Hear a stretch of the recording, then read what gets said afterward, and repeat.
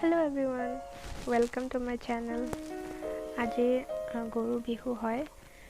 সেইকাৰণে ৰাতিপুৱা সোনকালে উঠি এনেকৈ প্ৰিপাৰেশ্যন আৰম্ভ কৰা হৈছে আমাৰ ঘৰত এনেকৈ প্ৰতি বছৰে কৰি আহিছো কাৰণ যেহেতু আমাৰ ঘৰত গৰু নাই তো গৰু গা ধোৱা গৰু মালা পিন্ধোৱা এইবিলাক কৰা নহয় এই যে থোপাটো দেখিছে ইয়াতে কিছুমান ঔষধ জাতীয়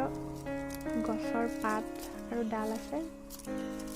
এইখিনি এনেকৈ থোপা বান্ধি আচলতে ঘৰৰ চালত বান্ধা হয় আৰু এইটো বান্ধিলে কিছুমান বেমাৰ আজাৰৰ পৰা দূৰত থাকিব পাৰি বুলি বিশ্বাস কৰা হয় ইয়াতে বেতগজৰ পাত ঢেকীয়া দীঘলতি মাখিয়তিৰ পাত এইবিলাক কিবা কিবি আছে মই গোটেইবিলাকৰ নাম ভালকৈ নাজানো আৰু এইবোৰ মায়ে আনিছে ইয়াক আমি বাচকাতিতা বুলি কওঁ মায়ে এইবোৰ কিয় আনিছে মই আপোনালোকক দেখুৱাই আছোঁ তাৰ কাৰণে ভিডিঅ'টো শেষলৈকে চাই থাকিব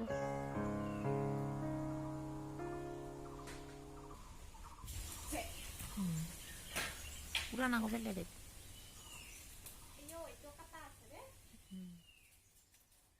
পাত গো দেখুৱাবি পাত গৈ ফেলে দেখুৱাও ফেলে দে যোৱা বছৰৰ বিহু নতুন বছৰৰ মাবৰে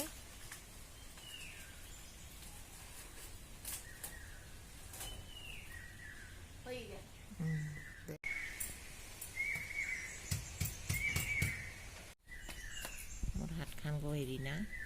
চিকা ঠিকে আছে দিয়া কিবা হত উঠে না চেয়াৰত উঠে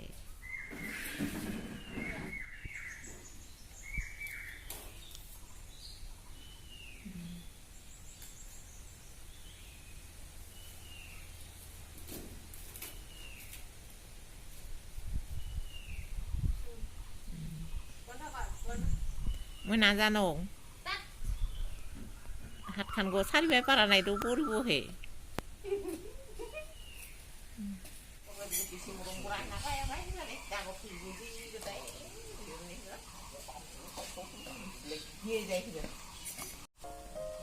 গৰু বিহুৰ দিনা প্ৰতি বছৰে মায়ে এনেকৈ বাচকাতিতা আৰু কেঁচা হালধিৰ ৰস খাবলৈ দিয়ে ৰাতিপুৱা খালী পেটত এইবাৰ উপায় নাই আৰু খাব লাগিব খাই ভাল নাপাওঁ যদিও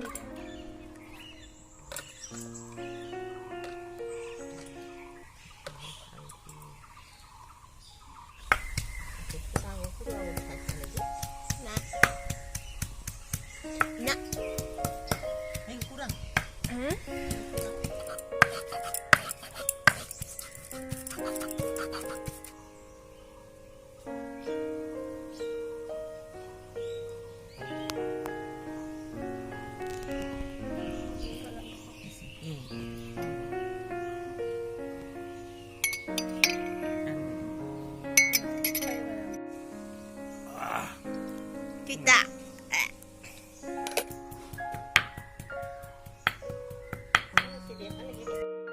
Kau aru kau tita.